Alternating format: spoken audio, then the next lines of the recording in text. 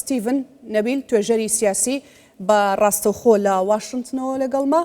بەڕێز ستیڤنم کاتت باش، سپاس کە ئامادەن لەگەڵمان. لە سێم ڕۆژی جەنگەکەیان ئەکرێ پێمان بڵێ چی گۆڕاوە لە هەڵوێستی ئەمریکا؟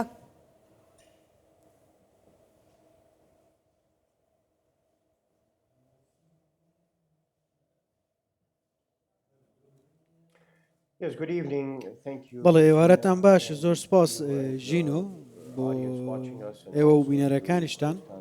سپاسی کوردستان 24ش دەکەم. پێش هەموو شتێک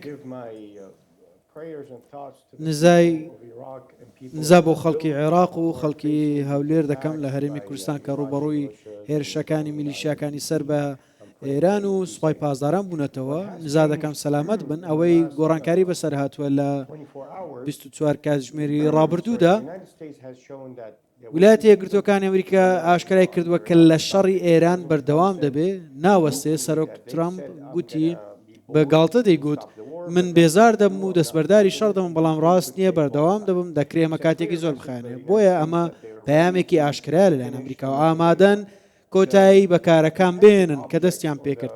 ئەو ئامانجانەی ئامانجانێک کە ئەمریکا ئاشکرای کردووە ڕوون و ئاشکراشە، دەیەوێت کۆتایی بە توانە موشکیەکانی ئێران بێنێت. ئەو توانە موشکیانە جێگەی نیگەرانی ئەمریکا و هاوپەیمانانی بووە، چونکە ئەو موشکانە هەروەک دەبینین دەتوانن بگەن بە چەندین شوێنی جیاواز لە ناوچەکە و دەرەوەی ناوچەکەش، کە بۆ نمونە دەکرێت قوبرس و زیاتر لە قوبرسیش زیات بڕوات. بۆیە هێرش دەکەنە سەر تاران بۆی ئەو دەوڵەتی تر تۆ واقسم بۆکەی کە بازنەی جەنگەکە فراوانە بێ. ئەکرێ بۆم باس بکەیت چۆن ئەم بازنەی جەنگە فراوانە بێ؟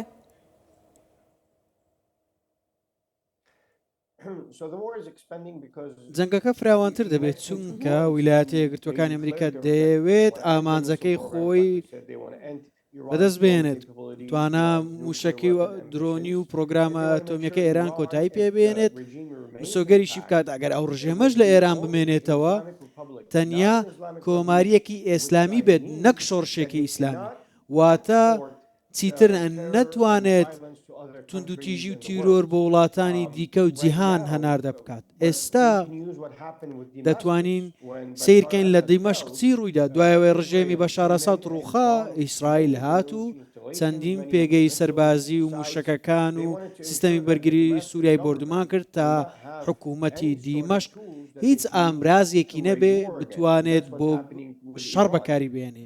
ئەمەش بە هەمان شێوەیە لە ئێران ئامانجەکە ئەوەیە هەموو پرۆگرامانە ئێران لە ناو بووبات کە پێشتر ئێران دانوستانی لەگەڵ ئەمریکا دەکرد. ئێران ڕەتی کردەوە، دواتر ئەمریکاش گوتی باش ئەگەر دانوستان ناکەن ئێمە هەموو شتێک لە ناو دەبین لە ئێران. ئەمڕۆژ ڕایان گەیاند کە فەرماندەی ناوەندی ئەمریکا ڕایگەیاند کەشتی درۆن هەڵگری ئێرانی نوقم کرد لەلایەن هێزی ئاسمانی ئەمریکاوە. ئەو کەشتیە نوقم کرا. ئەمەش ئاماژەیە کە ئەمریکا هەوڵ دەدات هەموو هەڕەشەیەکی هێزی دەریایی ئێران لە ناو ببات، هەڕەشە لەسەر هێزەکانی ئەمریکا دروست بکەن. بەڕێز ستیڤن، ترەمپ و نەتانیاهۆ هەردووک پێکەوە کە هاوبەشن لەم ئۆپراسیۆن و جەنگەیە، وەکو جەنگی 12 ڕۆژاکەن ساڵی ڕابردوو مانگی 6 یاخود نەخێر ئەم جارە جیاوازە وەک دۆناڵد ترامپ ئەڵێ تا کۆتایی دەڕۆم.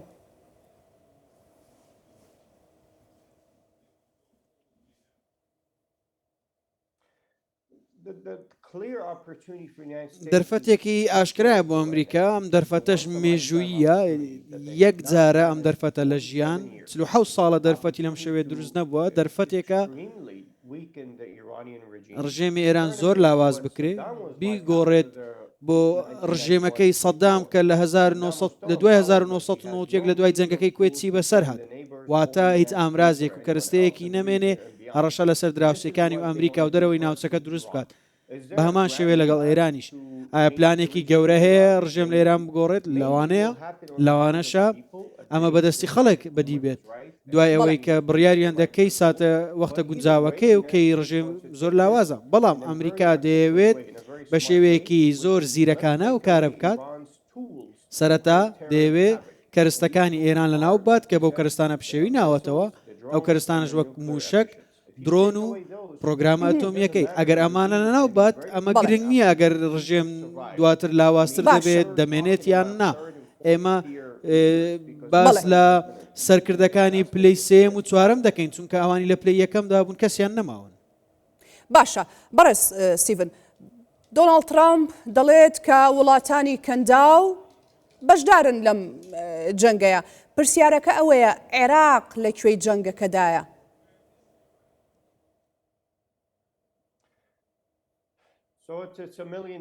ئەمە پرسیارە ملیۆن دۆلاریەکەیە بۆچی چونکە دەبینین دوو دەوڵەت لە نێو یەک دەوڵەتدا هەیە چەندین ساڵ ئەمە ئەو قسەیە دەکەین ناتوانی گروپ لە نێو عێراق قت هەبێ بە گولە هێرش بکەنە سەرهێزی ئەمنی عێراق تەقیان لێ بکەن کە ئامان زیان و ئەرکیان پاراستنی دامەزراوەکانی دەوڵەتە یاخود ئەو هێزە ئەمنیانەی کە باڵیۆزخانە دەپارێزن یاخود ئەو بەرپرسە گرنگانەی عێراق دەپارێزن دامەزراوە گرنگەکانی عێراق بۆیە ناکرێت کەسانێک هەبن بێن هەوڵ بدەن ئەو بەشداری لەو جەنگە بکەن پشێوی بنێنەوە ئەمە بۆ خزمەتکردنی ئێرانە حکوومەتی عێراق زۆر بەڕاشکاوانە گوتی و زۆر هەنگاوێکی دروستینە کە ڕێگەیان پێنادەن ڕێگەیان پێنادەن بەردەوام چۆن تاقییان لێ دەکەنەوە دەبینین بە درۆن و بە موشک هێرش دەکرێتە سەر ناوچەکە لە نێو عێراقەوە هێرشانە دەکرێت هێرش دەکرێتە سەر هەولێریش ئەمەش ڕاست نییە چونکە هەولێر لە ناو خاکی عێراقەوە هێرش دەکرێتە سەری ئەمە ڕاست نییە باش نییە ئێمە دەگەینە خاڵێک تێیدا حکوومەتی عێراق لەوانەیە بڕیارێکی قورس بدات ڕوو بەڕووی ئەم لە یاسە دەرچوانە ببێتەوە سنوورێکیان بۆ دابنێت یاسایان بەسەر بۆ تاوکاری قسەکەت با ئەم پرسیارە بکەم بۆی وەڵامم بیتەوە پێشتر لە دەستپێکی جەنگەکە داواکرا عێراق خۆی بپارێزێ نەبێتە بەشێک لە ململانێ و جەنگەکە ئێستا دەتوانرێت بوترێت تیرەکە لە کەوان دەرچوو عێراق هاتۆتە ناو جەنگەکەیان ناتوانێت چیتر بێلایەن بمێنێتەوە خۆی بپارێزێ؟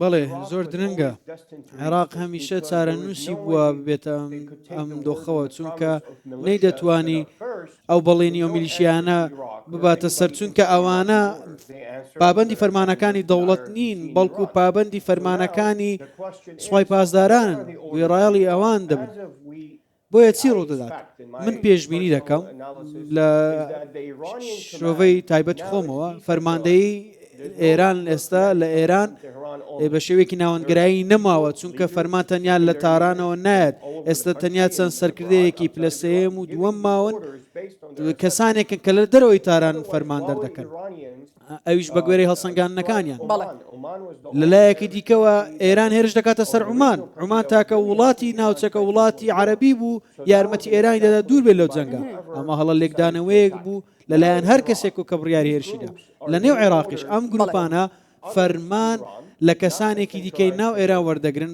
لە کەسانی ناو حکوومەت وەرناگرن لە سنتەر وەرناگرن ئەمە زۆر مەترسیدارە لە کۆتاییدا لە بڕوایەدام عێراق پەلکێشی ئەو جەنگە دەکرێت بەڵام ئەمە جەنگێکی جیهانی دەبێت لەسەر ئەم گروپانە ڕادەگەێنرێ. بەڕێز ستیڤن نەبیل توێژەری سیاسی ڕاستەوخۆ لە واشنتنەوە لەگەڵم بووی گەلێک سوپاس دەستخۆش.